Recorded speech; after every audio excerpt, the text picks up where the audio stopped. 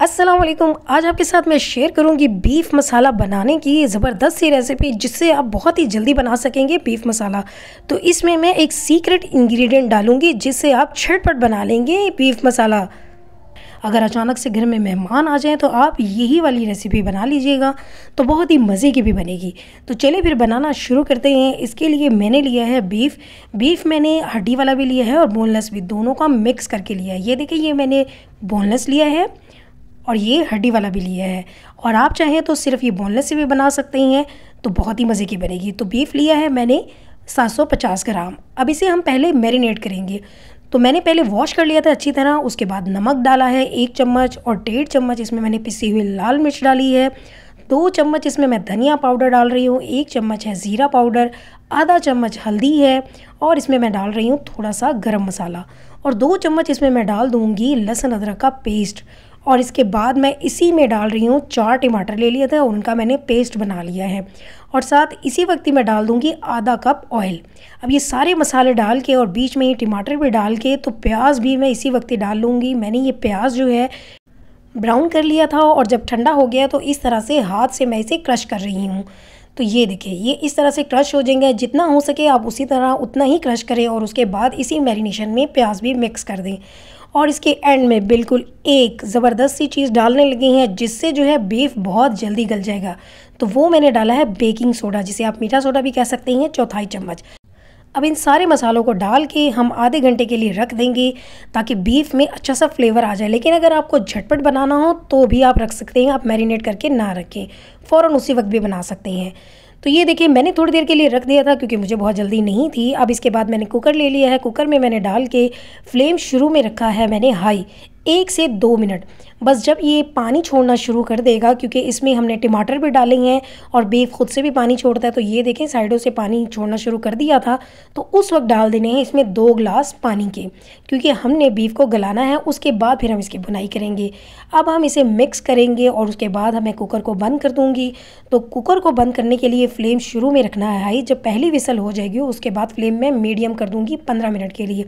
इसमें हमने baking soda डाला हुआ है, इसीलिए ये 15 मिनट में बहुत अच्छे से टेंडर हो जाएगा। तो ये देखिए 15 मिनट हो गए थे। तो 15 मिनट के बाद अब चेक करते हैं तो गोश्त जो है वो बहुत अच्छे से गल चुका है, लेकिन इसमें अभी थोड़ा सा पानी बाकी है। तो मैंने क्या किया है, गोश्त को कढ़ाई में ट्रांसफ़र कर दिया है ताकि हम अच्छी तरह से इसकी भुनाई कर लें। तो अब मैं मज़ीद ये पानी जो है वो ड्राई कर लूँगी हाई फ्लेम करके। तो हाई फ्लेम करके मैंने पानी को ड्राई कर लिया है।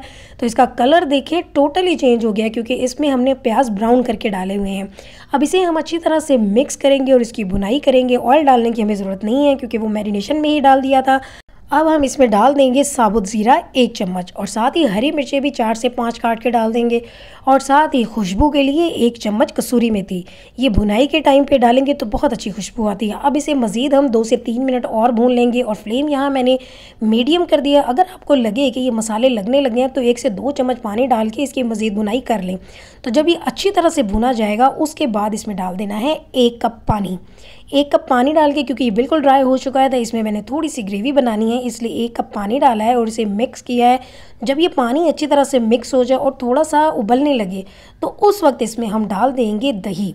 तो दही मैं इसमें डालने लगी हूँ आधा कप, उससे भी अच्छी सी ग्रेवी बनेगी। तो ये देखिए पानी जब उबलने लग गया तो अब इसमें मैंने डाल दिया है दही। तो दही भी पानी छोड़ेगी और अभी मैंने जो 1 कप पानी डाला है तो इससे क्या होगा कि दोनों चीज़ें एक साथ ही पक जाएंगी। उसके बाद मैं फ्लेम कर दूंगी लो और इसे मज़ीद मैं दम पे रख दूंगी, 5 से 7 मिनट के लिए दम पे रख दूंगी।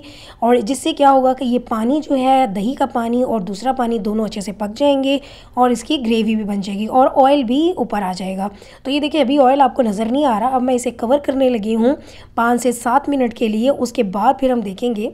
तो ये देखिए जी 5 से 7 मिनट के बाद इसका पानी पक गया और ऑयल जो है वो सारा ऊपर आ चुका है।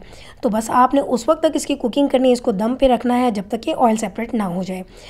तो ये देखिए जी मज़ेदार सा बीफ मसाला रेडी है। तो आपने ये रेसिपी ज़रूर ट्राई करनी है और अगर रेसिपी अच्छी लगे तो अपने फ्रेंड्स और फैमिली में भी शेयर कर दीजिएगा। तो बिल्कुल एंड में डाल देंगे हम थोड़ा सा हरा धनिया और यहाँ पे दोबारा से मैं गार्निश के लिए हरी मिर्चें भी डाल दूँगी और थोड़ी सी अदरक भी। तो ये देखिए जी कैसे जल्दी से तैयार हो गई। अब इसमें बस आपके पास प्याज ब्राउन किए हुए पड़े हों तो अक्सर जो है प्याज ब्राउन करके हम फ्रीज़ भी कर लेते हैं, तो फिर ये झटपट बन जाएगी। आपको अलग से सारा मसाला नहीं बनाना पड़ा, बस सब कुछ एक साथ डाल के झटपट से हमने बना लिया है। तो इसके साथ ही हम फिर मिलेंगे। अल्लाह हाफिज़।